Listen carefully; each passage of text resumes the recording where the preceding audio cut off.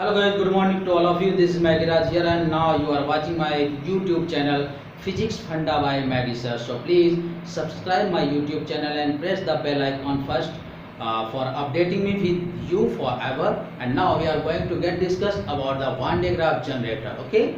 So अब हम Van de Graaff generator या जनित्र के लिए एक्सप्लेन करने जा रहे हैं. तो Van de Graaff generator ये क्या है? तो वान डे ग्राफ जनरेटर एक इलेक्ट्रॉनिक मशीन है जिसकी सहायता से लाखों की कोटि में विभव उत्पन्न किया जा सकता है, वोल्टता उत्पन्न की जा सकती है. तो सबसे पहली बात तो यह एक इलेक्ट्रॉनिक मशीन है जिसकी सहायता से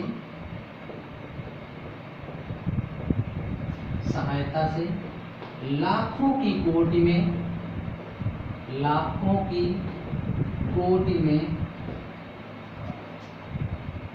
विभव उत्पन्न किया जा सकता है. ओके, उत्पन्न किया जा सकता है. ठीक है, ध्यान रखिएगा कि वान डे ग्राफ जनित्र या वान डे ग्राफ जनरेटर एक इलेक्ट्रॉनिक मशीन है और जिसकी सहायता से लाखों की कोटि में हम विभव को उत्पन्न कर सकते हैं. और इन वोल्टताओं की सहायता से, इन वोल्टताओं से जो प्रबल वैद्युत क्षेत्र उत्पन्न होता है, इन वोल्टताओं से उत्पन्न प्रबल वैद्युत क्षेत्र का उपयोग, इसका उपयोग किसमें करते हैं? इलेक्ट्रॉन, प्रोटॉन, आयनों को त्वरित करने में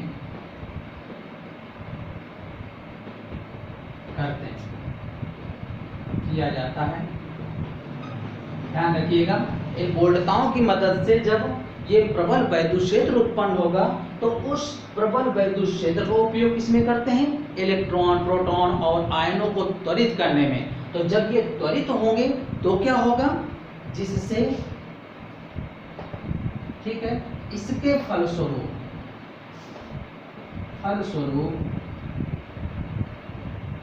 प्राप्त उच्च ऊर्जा,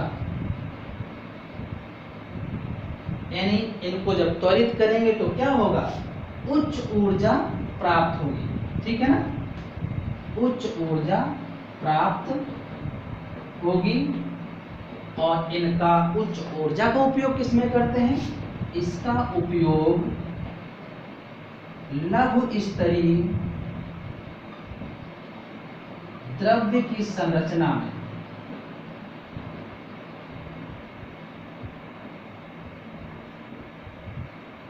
लघु स्तरीय द्रव्य की संरचना की जानकारी में किया जाता है. तो ये है basic information one day graph generator के लिए, वान डे ग्राफ जनरेटर के लिए. तो वान डे ग्राफ जनरेटर क्या है? ये कोई इलेक्ट्रॉनिक मशीन है जिसकी सहायता से लाखों की कोटि में वोल्टता उत्पन्न की जा सकती है. और इन लाखों की कोटि में उत्पन्न वोल्टताओं के फलस्वरूप प्राप्त जो प्रबल वैद्युत क्षेत्र होता है उसका उपयोग इलेक्ट्रॉन, प्रोटॉनों, आयनों को त्वरित करने में किया जाता है. और इनके त्वरित करने से जो उच्च ऊर्जा प्राप्त होती है या उच्च गतिज ऊर्जा प्राप्त होती है उसका उपयोग लघु स्तरीय द्रव्य की संरचना की जानकारी में किया जाता है. ठीक है, अब इसके वान डे ग्राफ जनित्र का सिद्धांत क्या है? तो इसका सिद्धांत ये है कि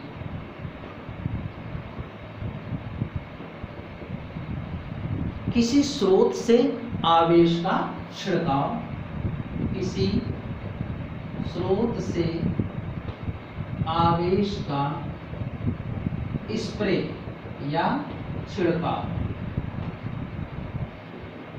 ठीक है ना. अब जब किसी स्रोत से आवेश का स्प्रे करेंगे, छिड़काव करेंगे तो क्या होगा? तो सिल्क बेल्ट की सहायता से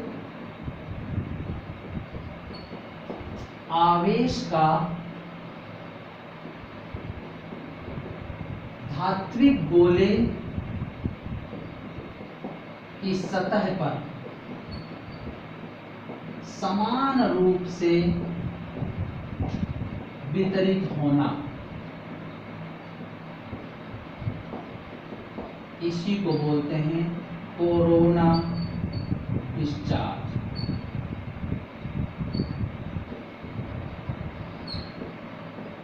ठीक है ना।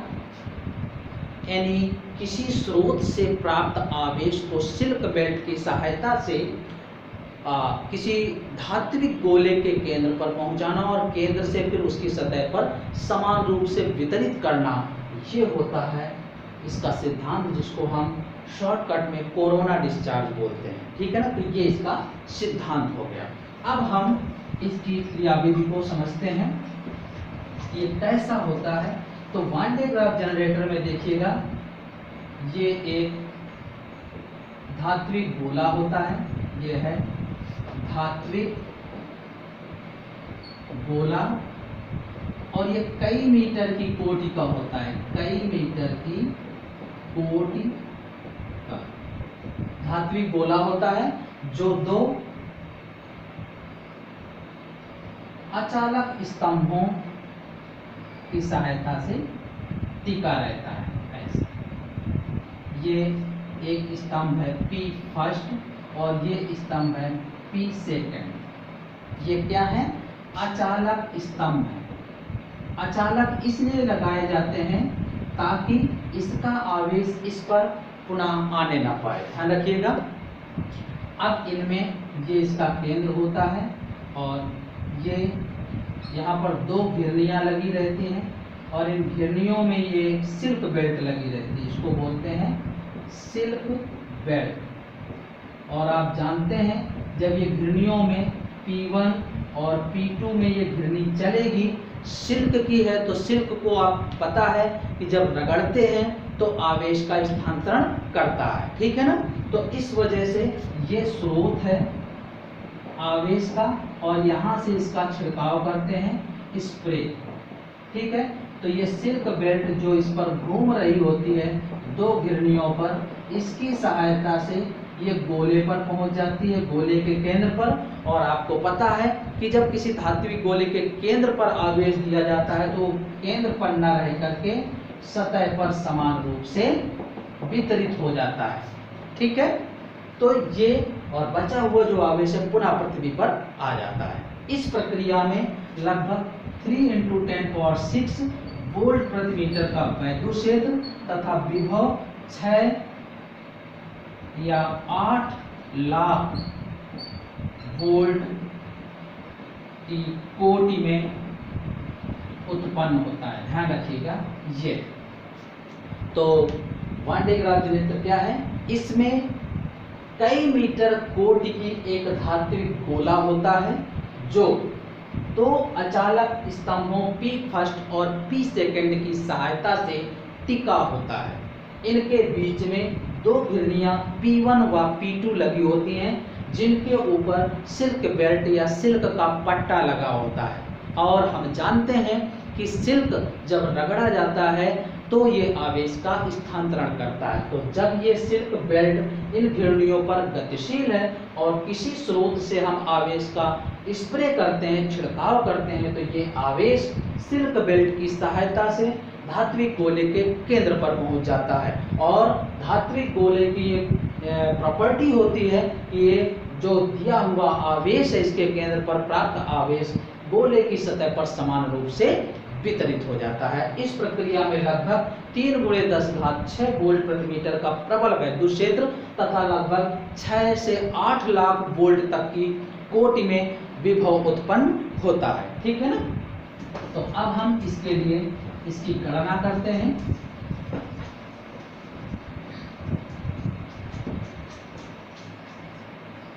मान लेते हैं कि ये कोई गोला है जिस पर कैपिटल Q और इसकी त्रिज्या जो है कैपिटल R है, और ये सूक्ष्म गोला है जिसकी त्रिज्या स्मॉल q और आवेश स्मॉल q है।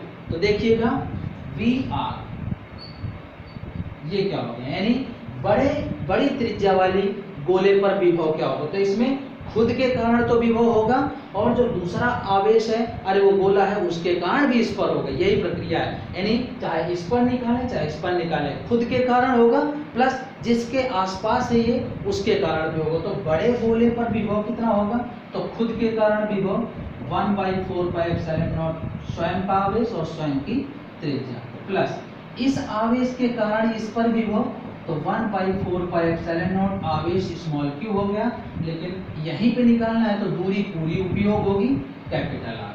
तो देखिएगा ये आ गया 1/4πε0 Q by capital R plus small Q by capital R, ये आ गया वी आर।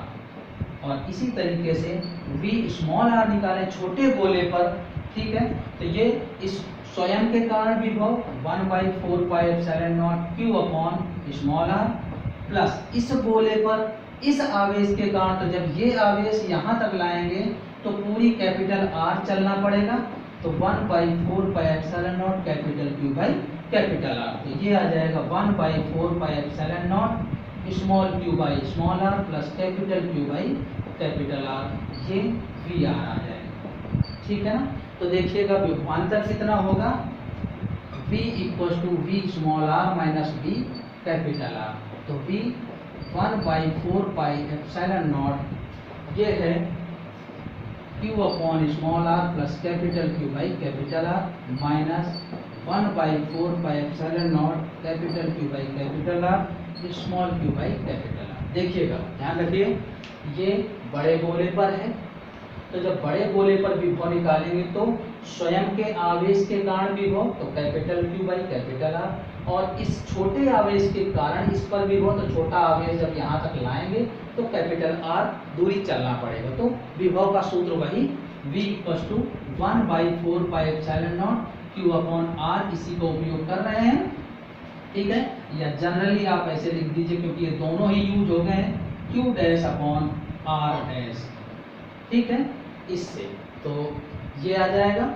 ऐसे छोटे गोले पर जब निकालेंगे तो स्वयं के आवेश के कारण, तो स्वयं का आवेश स्वयं की त्रिज्या ये है, प्लस इस आवेश के कारण, तो ये आवेश जब छोटे गोले पर लाएंगे सतह पर तो कितनी दूरी चलना पड़ेगा, कैपिटल आर, ये दोनों विभव, अब दोनों का अंतर हमने कर दिया, तो ये आ जाएगा V, तो V का मान आ गया 1/4πε0 Q upon small r plus capital Q by capital R minus capital Q by capital R minus small q by capital R, ये आ गया।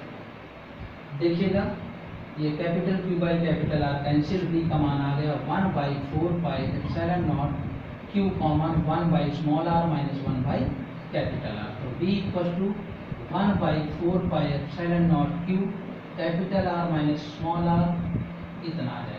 और Q अपॉन V एक तरफ कर दीजिए, तो Q अपॉन V = ये आ जाएगा 4πε0 R capital R upon capital R minus small r, और ये मान हो जाएगा C, इसकी धारिता, तो 4πε0 R capital R minus small, ये आ जाएगी इसकी धारिता। तो इस प्रकार से हम ये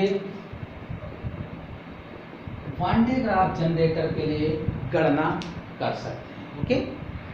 और अगर इस प्रक्रिया का मतलब किसी भी तरीके से छोटे गोले को बड़े गोले के अंदर किसी भी विधि से अगर प्रत्यारोपित करके पा गए, प्रत्यारोपित कर लिया, तो यहाँ आवेशों का अंबार लगा सकते हैं, यानी अनिश्चित मात्रा में आवेश को उत्पन्न किया जा सकता है। ध्यान रखिएगा, अगर किसी भी तरह से बड़े गोले के अंदर छोटे गोले को प्रत्यारोपित कर दिया गया जाए तो इसमें असीमित आवेश यानी आवेश का अंबार लगाया जा सकता है, इतना आवेश उत्पन्न किया जा सकता है। Thank you.